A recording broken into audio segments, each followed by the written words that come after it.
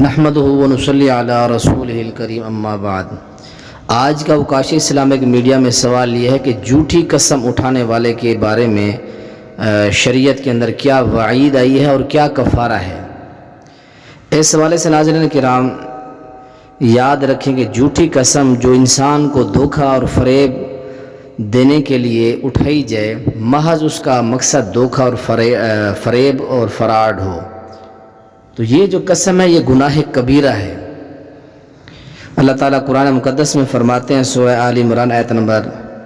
77 کے اندر، ان الذین یشترون بعہد اللہ و ایمانہم ثمنا قلیلا اولئک لا خلاق لهم فی الآخرۃ ولا یکلمہم اللہ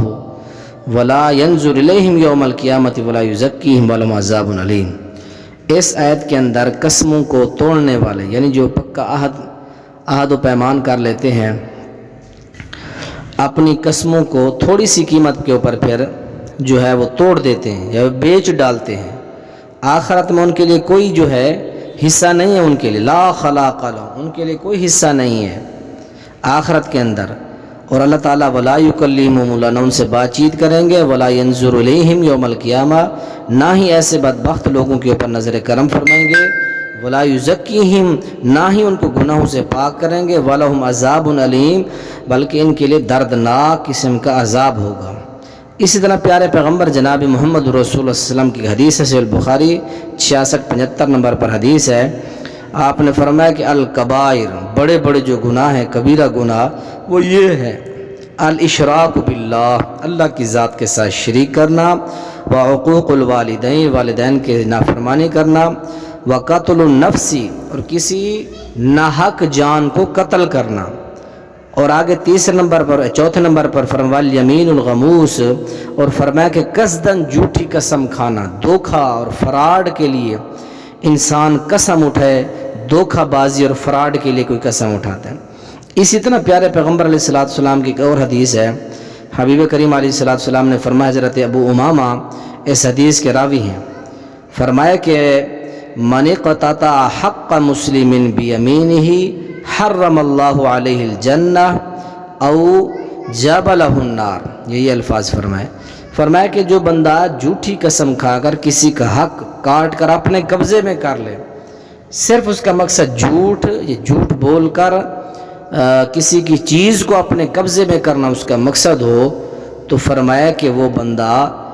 اس کی سزا کیا ہے؟ فرمایا کہ اللہ اس بندے کو جہنم کے اندر ڈال دے گا۔ دھوکے بازی کے لیے فرمایا کہ اگر اس نے اتنی چیز پر ہی دھوکہ کیا ہو، حدیث کے اندر الفاظ ہیں کہ اگر وہ ایک مسواک والے درخت کی ایک ٹہنی ہو،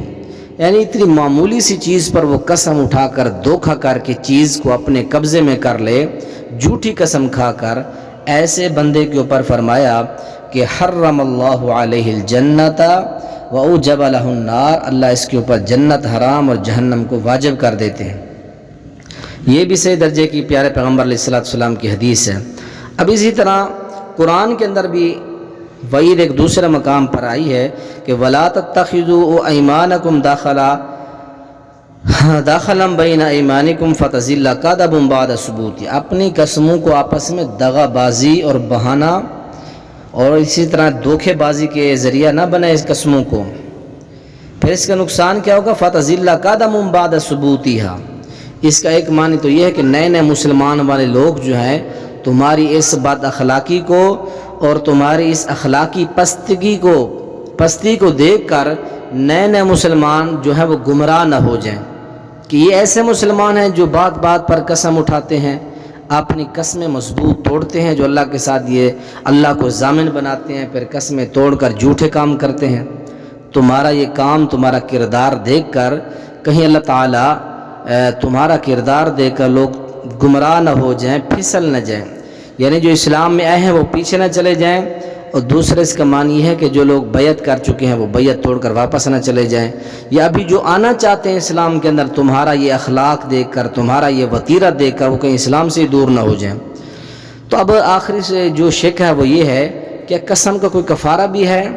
تو اس حوالے سے روایت اثر ملتا ہے، حضرت ابن عباس رضی اللہ عنہما کے پاس ایک عورت آئی، تو اس نے کہا میں نے اپنے بیٹے کو ذبح کرنے کی نظر مانی ہے۔ تو حضرت ابن عباس رضی اللہ تعالیٰ عنہ نے فرمایا اپنے بیٹے کو ذبح نہ کر، اپنی قسم کا کفارہ ادا کر دے۔ یہ موطا امام مالک کے اندر سندہ صحیح صحیح سند کے ساتھ ثابت ہے۔ اب اس سے کیا ثابت ہوا کہ غلط اور جھوٹی قسم پر عمل کرنا حرام ہے، لیکن کفارہ ضرور دینا پڑے گا۔ کفارہ کیا ہے؟ وہی جو قسم کا کفارہ ہے۔ اس کا تذکرہ 7ویں پارے کے پہلے صفحے کے اوپر ہے کہ آپ 10 لوگوں کو کھانا کھلائیں، یا 10 مسکینوں کو کپڑے پہنائیں، یا ایک غلام آزاد کریں، یا 3 روزے رکھیں۔ یہ 4 آپشن ہیں، ان میں سے جو آپ پسند کرنا چاہیں وہ کر سکتے ہیں۔ باقی یہ رہا کہ قسم جھوٹ اٹھانے والا تکبیر پڑھ سکتا ہے یا دوسرے اس کے اوپر کیا احکامات ہوں گے، بس یہی ہے۔ اس کے علاوہ اس کا معاملہ ہے اللہ کا، باقی وہ اذان دے سکتا ہے، دیگر معاملات کر سکتا ہے۔ کوئی شریعت میں گناہ کبیرہ ہے یہ اس طرح کی قسم اٹھانا، اللہ تعالیٰ سے توبہ کرے، آئندہ سے بچنے کی کوشش کرے۔ اللہ تعالیٰ گناہ معاف کرنے والا ہے، اور عزم مصمم کرے کہ آئندہ میں جھوٹی قسم نہیں اٹھاؤں گا۔ اللہ تعالیٰ ہم سب کو بچنے کی توفیق